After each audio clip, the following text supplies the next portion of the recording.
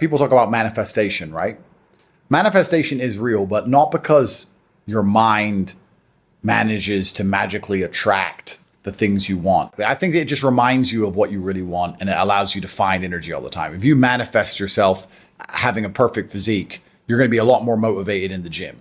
It's not the thought that makes the physique, it's the gym that makes the physique. However, the manifestation makes you want to go to the gym. So I do believe that if you understood the power of your thoughts, you'd never think negatively ever again. But I think manifestation works in another way. I also think that once you understand all of the bad things and good things that come into your life are a perfect plan from God himself, you're going to be a lot less affected by the bad things. If something bad happens to you, it's part of God's plan. He knows what he's doing. In the end, you're going to be happy it happened. I often ask people, is there anything bad that's happened to you in the past at the time you were distraught about that you now wish didn't even happen? And truthfully, you're like, no, I'm kind of glad it all happened because of. So if you understand you're always going to get there eventually, why be upset about it now, right? If you know in a year from now you'll be glad it happened, why be upset about it happening now? You have to be cerebral enough about things.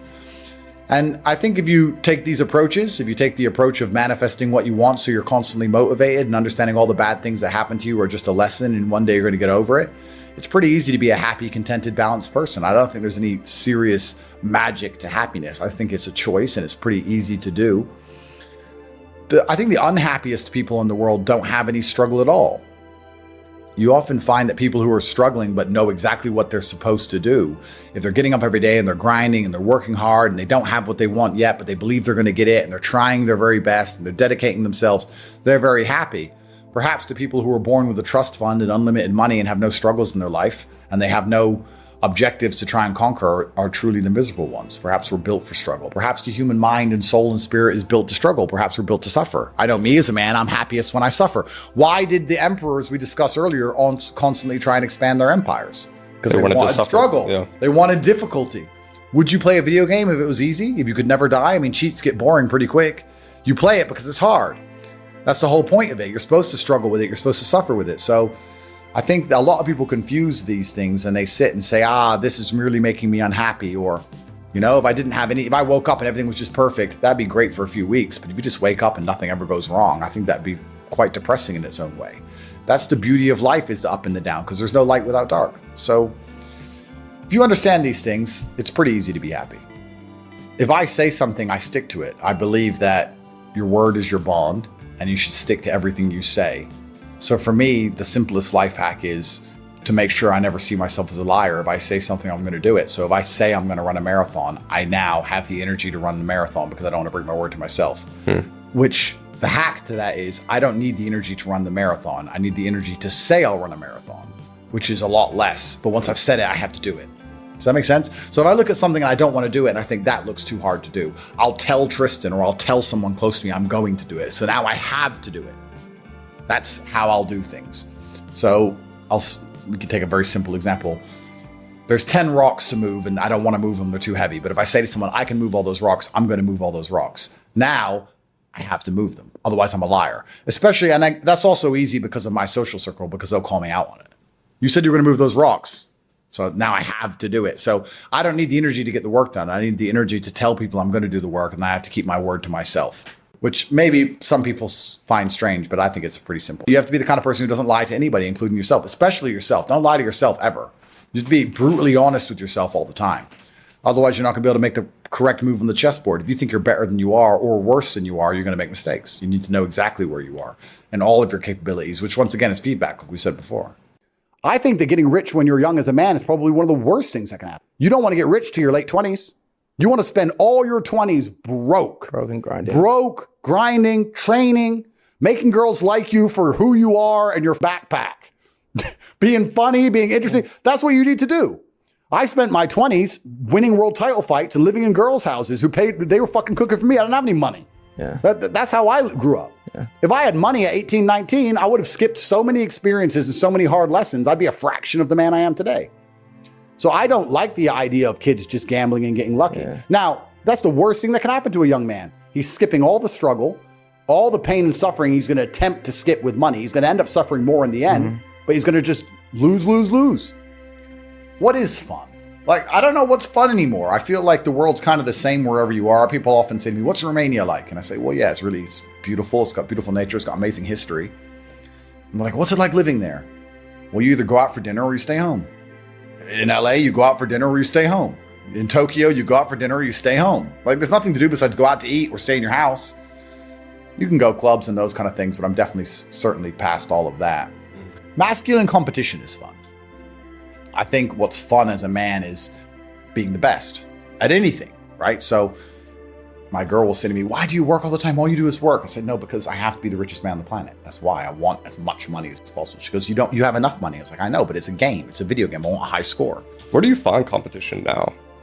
Well, I live with guys. I live with my friends, and we make sure that it's constant and endless competition because we live together. So if my brother does 100 push-ups, I have to do 101, which means he'll do 102, and then I'll do 103.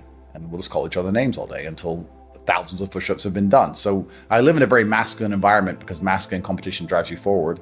We all work together. We all work inside of the company, and we're very successful.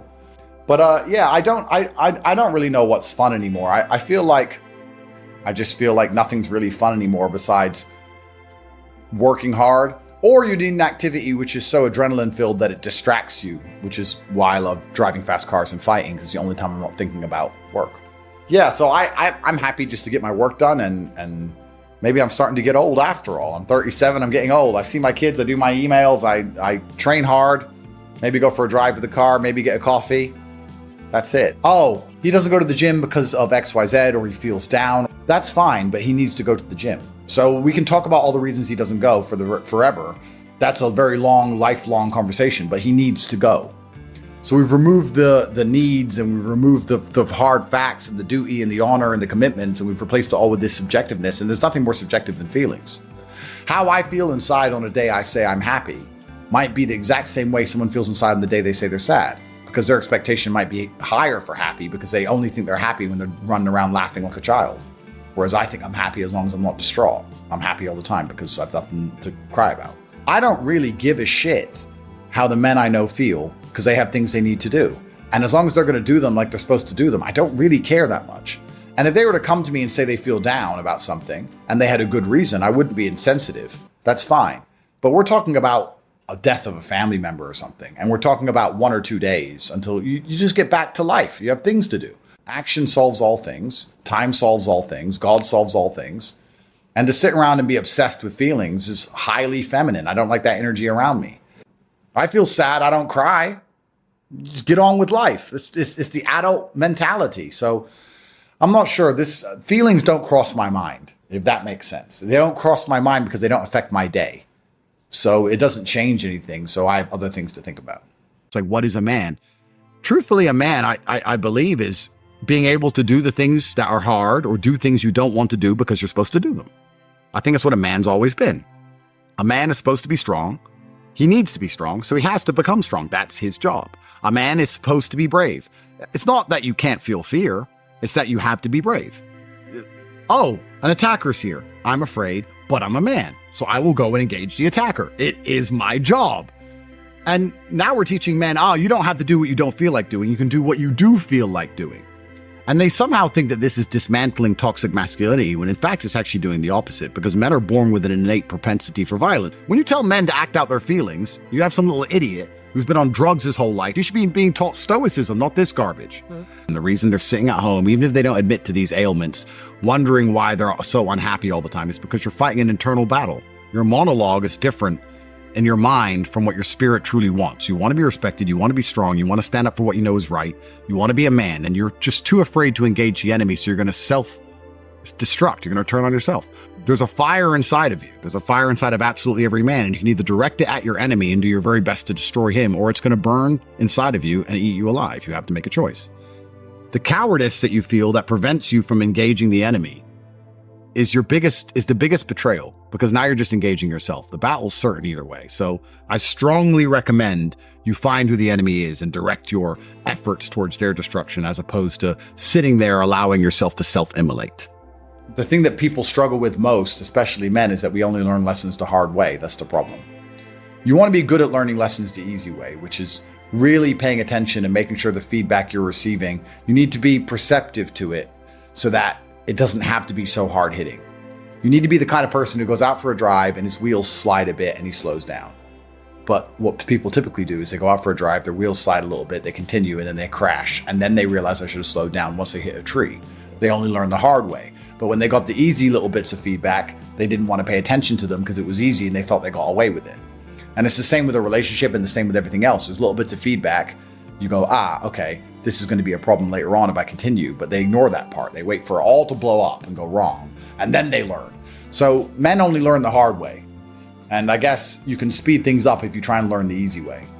But sooner or later, hard things are going to happen anyway. God's going to make sure. So you're never going to be able to avoid that car crash one way or another. Something's going to happen and it's going to hit you. And then it's your chance to prove to God you are the person you say you are, and to just be cerebral enough about things to understand that everything comes to an end one day unless you die. And if you die, then it doesn't matter anymore. So, it doesn't, they can throw you in solitary confinement.